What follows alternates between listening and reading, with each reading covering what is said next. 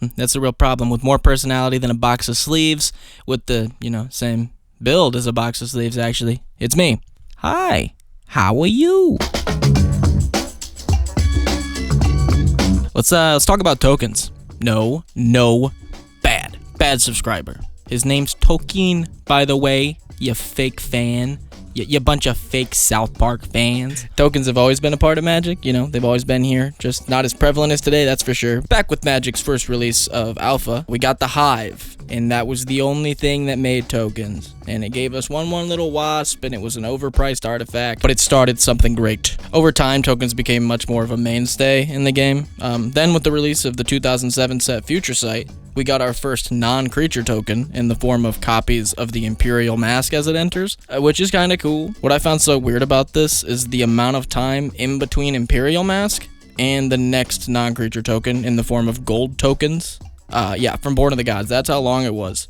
It was a 7-year gap. They waited 7 years to try making another non-token creature, which just seems like it'd be a natural home run. You know what I mean? So it's crazy it took that long. And then after designing gold tokens that were so close to treasure tokens, they were practically grinding up on their rump. Then they waited another 2.5 years to finally make treasures and clues.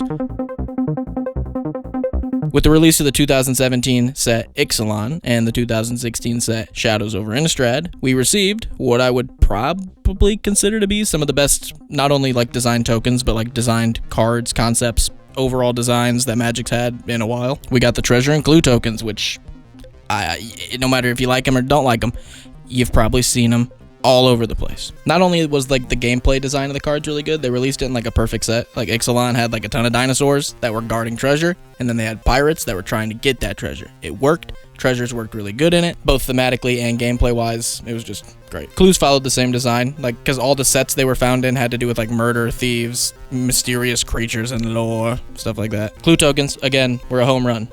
The fact that they give us card draw not only covers the base of to make it do something good. Card draw in Magic is just viewed as information. And guess what clues are? You're getting it, dude. Love it. Great design. Now, saying all this, we need to bring up Commander. It's easy to see how Commander has influenced card design on Wizards' end, with treasure and clue tokens being a perfect example. In the last few years, the Commander community has adopted a specific way of building decks that prioritizes getting your basics set in place first and then building your deck around the basics. These basics being, say it with me, mana ramp, card draw, and removal. It's clear that Wizards saw this deck building decision by the community and decided, let's make tokens that can do that. They seem to like those three things. Let's make treasure tokens, because they like ramp. They like card draw too. What are we going to do with that? Let's make some clues. They really like it. They like removal too. What are we going to do with that? Hopefully you're seeing where I'm going with this video now. We don't have one. How does that make sense? Life can get pretty hectic when you're constantly chasing that mainline adrenaline however you can. Running with the bulls, flying out of the country, pirating God of War just so Mediacom can call you and your grandpa can put it on speaker in front of your whole family. We got our vices.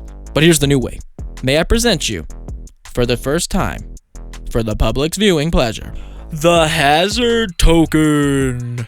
Now, this went through a couple names and a couple design iterations. Originally, it was a trap token, which didn't work because I remembered there were trap cards in the original Zendikar, so that felt a little redundant. They were spells that you could play, at a discount, if a specific gameplay requirement was met. Not nearly the same thing as what I'm thinking of, but still it was called a trap, so we scrapped that. And as you know, we eventually landed on the name Hazards, and while designing Hazards, it originally was an artifact token, just like a treasure, that was free to crack, and it dealt 1 damage to any target, which felt a little too good. The free to crack felt a little too manipulatable. You could get an infinite amount of these tokens, and then someone's just dead. We ended up landing on an artifact token. You can pay 1 mana, sacrifice it, deal 1 to any target.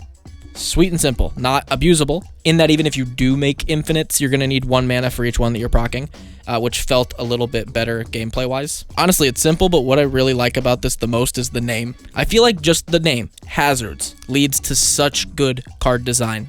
I said it in my last video, I know you're already thinking of a few hazards there could be. You know what I mean? Spiders, they got some webs.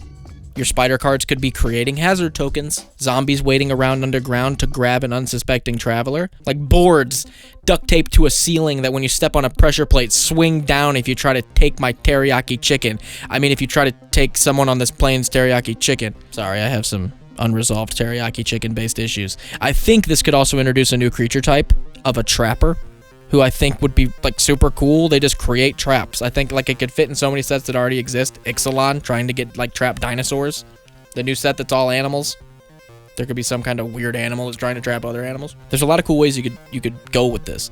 The Roost, as you're seeing on screen right now, is my first attempt at designing a card around these new hazard tokens. The Roost is 2, a red and a green for a 3/3 human trapper. When they enter the battlefield, create 2 hazard tokens. Whenever you deal exactly 1 damage to a target, the Roost may deal 2 damage to another target. As always, the goal is to promote fun gameplay and design, which I feel like hazards do like really well. With ramp and card draw being covered, I feel like the hazard token is like, as the title says, the inevitable token. We've already got the bases covered on the other 2. This is the only thing left. And when it eventually comes out and it's named hazard, you can point at your boy Nick Lotus, who you've been here since day 1, and say, haha, look, hee. Nixtradamus is what they'll call me. Do ye smell what I'm smelling? No, it's not the vape breath-laced 2024 air. No, this is the smell of a new beginning for the channel. I don't know why I'm doing this so theatrically, I'm sorry. Things have been going really well, and my anxiety refuses to believe that this newfound success and support is why the anxiety's here in the first place, and instead is insisting that I'm dying. Hypochondria is fun. Do any of you feel this way lately? Not the hypochondria thing, but the world is like so screwed up that like succeeding during the screw up feels weird. But succeed we shall anyway. We'll be like this V is for Vendetta poster. It's on the screen. The world is burning behind y'all. You're just listening to some crazy guy like, yeah, that card's pretty good. The art's fun. That could definitely lead to a 30-minute game. While society just collapses behind you. You know, and that feels right. I just thought I'd take a second right at the end here to thank you guys for all the support, which has been immense. It's been an immense help for the channel, of course, but also for the mind state. It's been helping me a lot. You guys always come in clutch right when I need you, so I really do appreciate that. As well as the last few episodes doing well. Like, they've been really good. That's 3 in a row, y'all. I'm serious. So, I guess thanks. I don't know. If you're still watching, you're a real one. We'll be having a big video dropping in the next couple of days, so please watch out for that. And when it does drop, if you could like and share and do all that stuff on it, it would be killer if this video could do well. Appreciate you guys. There's going to be some more announcements coming up after that, so stay tuned. Just keep doing what you're doing, honestly. That's about the sum up. That's the too long didn't read about all this, is keep doing what you're doing. Much love, guys, and go play some magic.